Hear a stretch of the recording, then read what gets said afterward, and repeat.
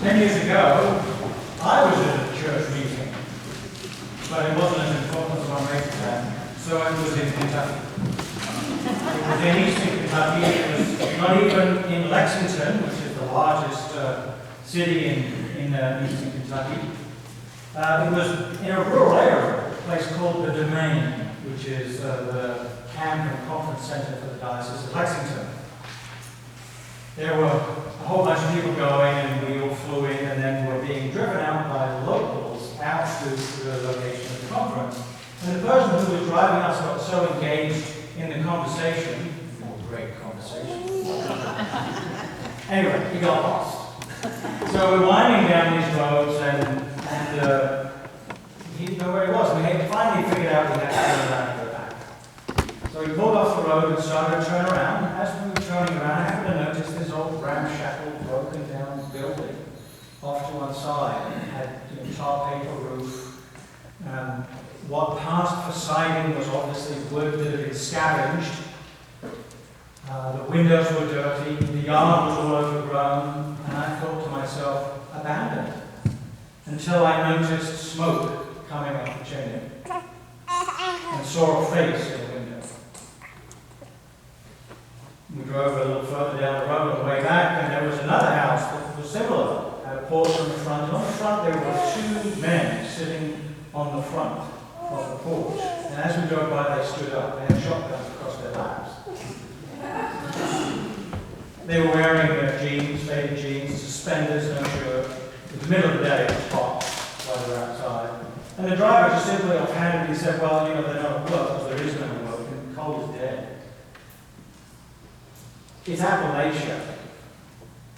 But Appalachia is not just in Appalachia, is it, anymore in our country? It's everywhere.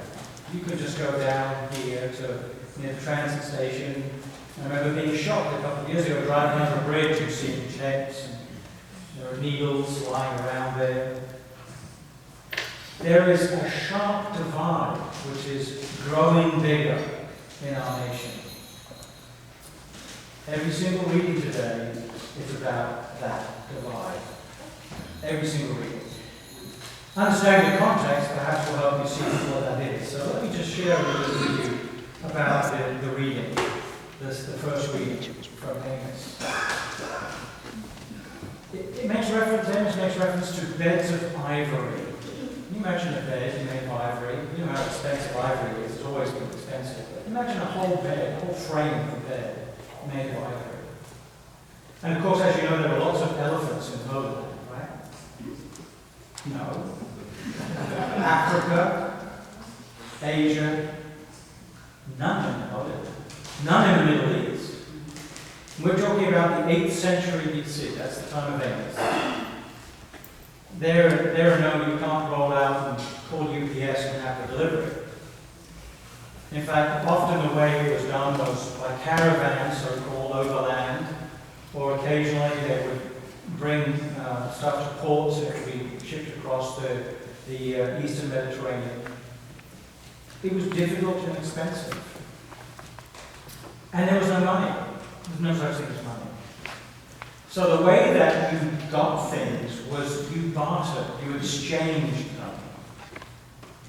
And if you want to get, therefore, something that's really, really expensive, luxury goods, the most expensive of all the rest of the I'm not even talking Mercedes, they're cheap. The most expensive luxury goods that you can imagine, you have to have something of value to trade. And in the Holy Land, that was olive oil and wine. Something happened in the 8th century. Most of the farmers in the Holy Land, in the Middle East, in that part of what is now the Holy Land, were subsistence farmers. So yes, they were vineyards, yes, they were olive groves, but most of them were growing grain and fruit and vegetables, those sorts of things that you can survive on. Whatever's left over, they would trade away for other things. What happened in the 8th century was that the Egyptian and the Persian empires were weak. And so instead of spending all their time off fighting, the elites in Israel had time on their hands. And what they did was they started to try and enrich themselves. Well, How do they do that? Well, if you want to be able to buy beds of ivory, and you need, therefore, commodities to do the exchange, you have to control that. And so there's a whole process which, in Spanish, is a word that appears in Spanish. The English word is latifundalization, which is a real tongue twister. But basically what it means is you steal the land from the people. And this is how they did it. What they would do was they would control the supply of seed to the farmers. Just so that you know this, Monsanto now, when it sells seed, it's been genetically engineered. So a farmer can't plant seed, sell the crops, and keep some of the seed they produce and plant the next year. He has to go back, or she has to go back to Monsanto and buy more seed. So this is not new, but it goes on today. So they would control the supply of seed, they would sell at a high price. There's a bumper crop, prices are low.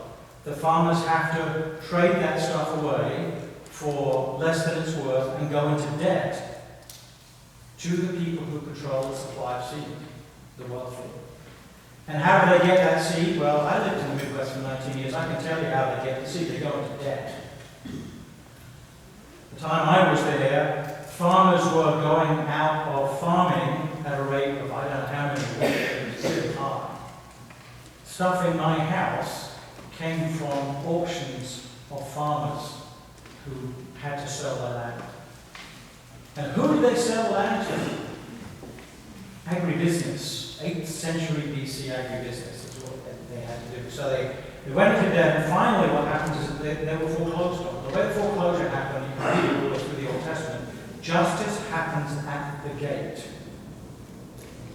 When you go out to farm, you go out in the morning, and in the morning that's where it happens. And judges, corrupt judges, would call for foreclosure, and the other farmers who were managing to hang on would vote for foreclosure for one of their neighbors because it wasn't them. So it was a manipulation of the legal system. The wealthy had control of the legal system. So what you have is an accumulation of land in the hands of very few people. There's a book actually out right now by a Frenchman named Thomas Piketty called Capital in the 21st Century, which actually has now come up with a mathematical formula which shows that that's what's happening there. What these people who then controlled the land did was they ripped out the crops and put in olive oil, so groves of olive trees, and vineyards. And the supply, therefore, of subsistence food goes down. The farmers are now no longer farmers, they're day laborers. They're the ones Jesus talks about. Remember the parable where the landowner hires day laborers and he pays the one who comes only an hour before, the famous one who worked all day. Those were people who owned their land, who are now penniless. The price of the food that they now need to buy has skyrocketed because there's not enough, they can't afford it, and they starve.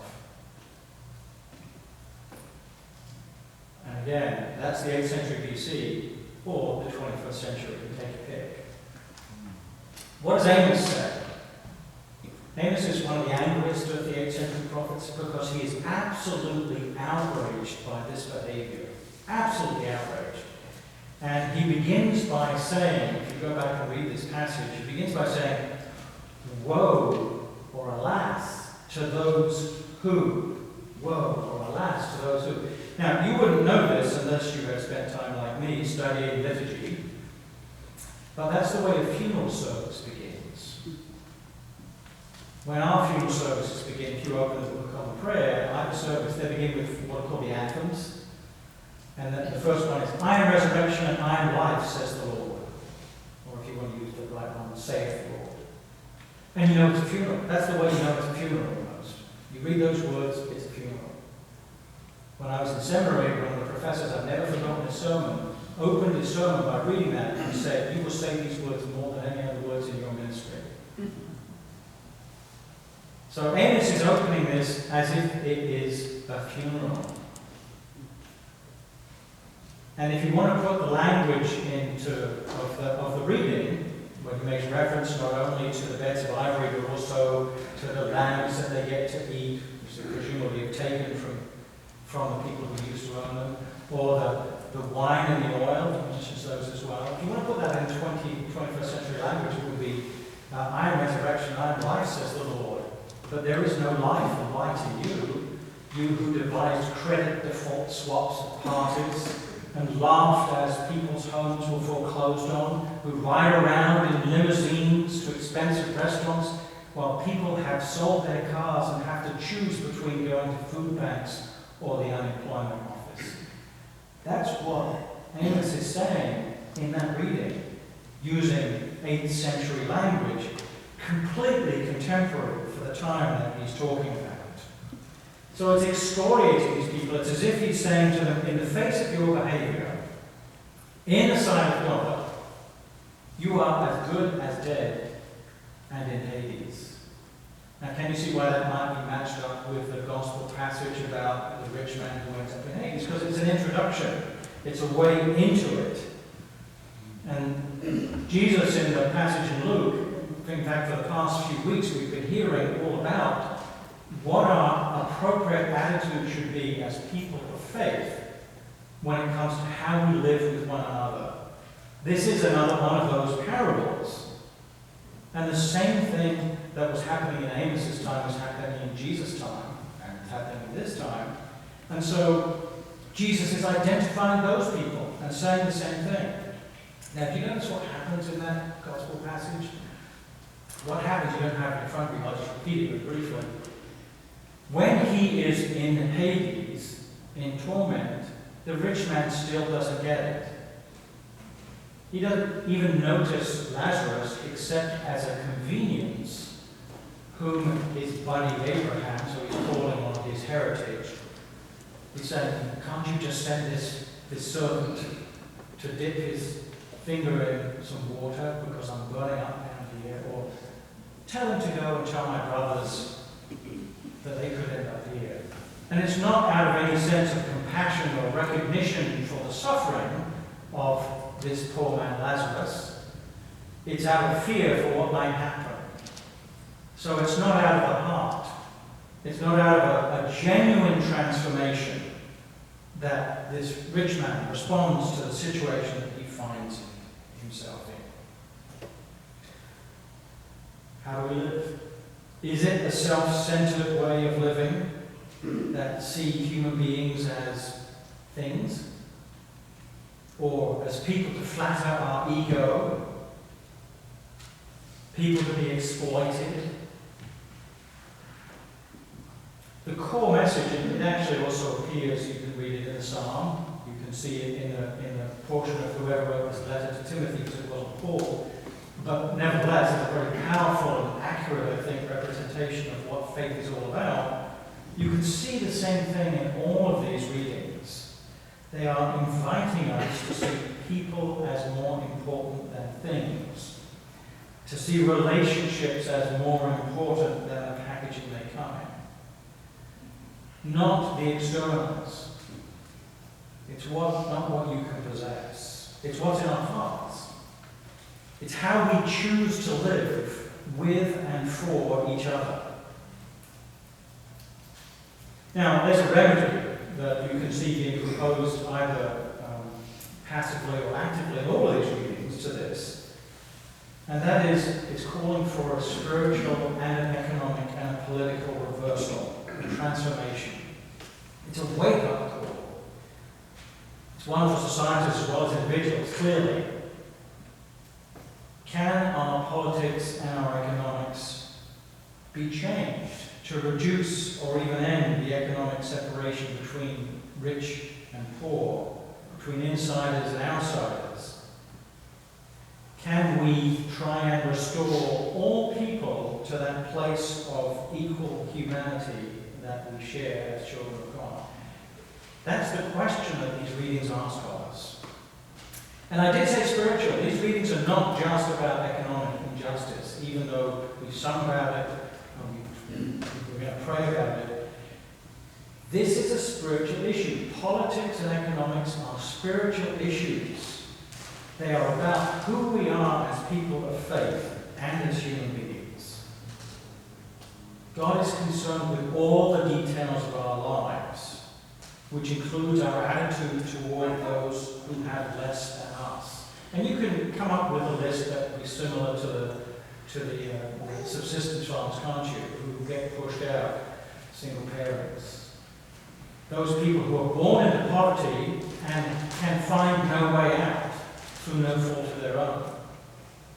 Those people who, for example, live in eastern Kentucky, whose way of life has disappeared and nothing has been offered to them as an alternative. Economic, social, but also spiritual. They are God's children, Jesus says. It's not about what we have. It's about who we are as human beings and as people of faith. It's not about what we own. It's about how we love as human beings and as people of faith. It's not about what we control, but how we choose to treat each other as human beings and as people of faith.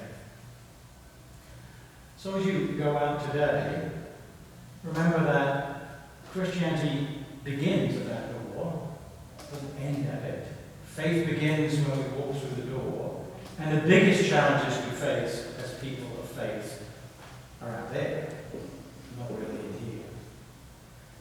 What in here is about is being a community that supports one another so that we can be people of faith out there. So I encourage you to go out from this place supported as people of faith, to seek to change the world into that vision that we see in today's readings. And the people said, Amen.